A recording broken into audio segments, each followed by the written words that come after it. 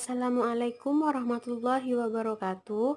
Perkenalkan, nama saya Safira Hikmatil Aulia, mahasiswa dari Universitas Muhammadiyah Jember, Fakultas Pertanian, Prodi Agribisnis Angkatan 2019. Saya di sini akan menyampaikan hasil resum webinar AgriTalk sebagai pemenuhan tugas sosiologi pedesaan yang diampu oleh dosen saya, Ibu Fevi Nurdiana Widjayanti SPMP.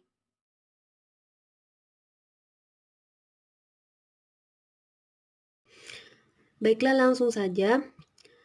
Menurut Budi Wibowo, dampak pandemi COVID-19 tidak hanya menimbulkan resiko bagi sektor pertanian melalui disrupsi rantai pasokan, perdagangan, dan pemerosotan, tapi juga mempengaruhi permintaan akhir.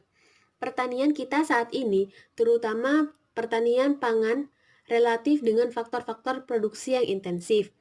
Biaya faktor produksi yang berubah tentu akan sangat mempengaruhi intensitas dan produktivitasnya. Perubahan itu berasal dari banyak sebab. Misalnya, gangguan dan sumbatan transportasi, tidak lancarnya kredit untuk pertanian, biaya modal, suku bunga, dan nilai tukar. Semua perubahan dapat mengakibatkan mahalnya faktor-faktor produksi pertanian. Cara menjaga irama supply dan demand tetap seimbang. Yang pertama, mengembangkan kemampuan makanan lokal. Contohnya, substitusi gandum dengan tepung jagung, sorghum, singkong, dan lain-lain. Mengembangkan agribisnis inklusif pedesaan. Yang kedua, meningkatkan daya saing komoditi makanan. Contohnya, pengembangan teknologi benih dan budidaya berbasis bioteknologi modern.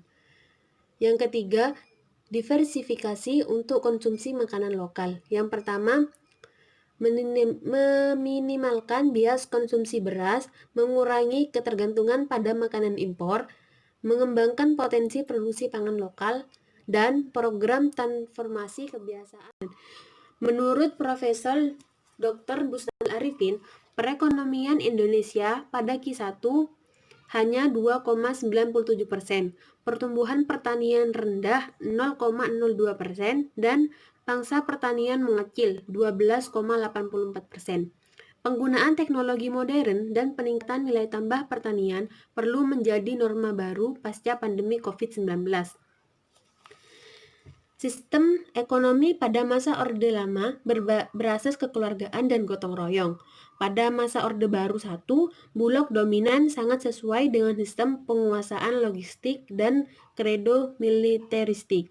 Pada Orde Baru 2, mengalami krisis ekonomi Asia ke Indonesia atau yang biasa disebut dengan krisis moneter. Pada masa transisi, pemikiran desentralisasi dan demokrasi amat dominan, serta pemikiran ekonomi kelembagaan mulai masuk ke dalam mainstream pembangunan ekonomi. Pada era modern, terjadi revolusi digital 4.0. Pada pandemi COVID-19 terjadi krisis. Menurut Dr. Ir Evita Salihah Hani MP, Presiden menyampaikan bahwa Indonesia bersiap menghadapi kehidupan baru, yaitu new normal. Pemerintah dipaksa berpikir out of the box, berpikir di luar kebiasaan. Pemerintah tidak sekedar mengatasi pandemik yang makin darurat ini, tapi juga untuk antisipasi strategi perencanaan dan pembangunan ke depan.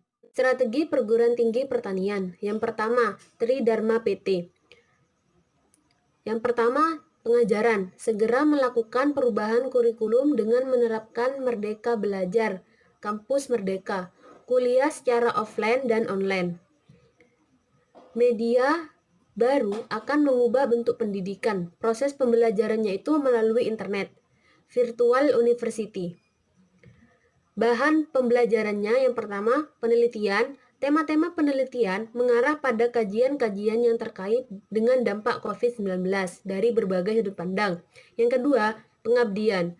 Melakukan edukasi kepada masyarakat petani tentang hal-hal yang harus dilakukan oleh petani di era normal baru ini.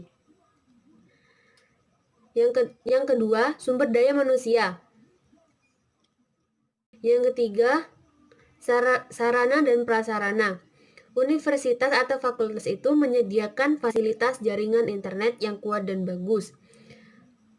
Universitas atau fakultas berlangganan aplikasi komunikasi dengan video, misalnya seperti Zoom dan lain-lain. Pendanaan. Pendanaan ini UKT-nya ditinjau ulang jika bisa diturunkan. Menurut Dinas Pertanian dan Ketahanan Pangan Provinsi Jawa Timur, dampak COVID-19 sektor pertanian adalah belum meratanya distribusi, kelebihan suplai di tingkat petani, terbatasnya modal usaha untuk musim tanam.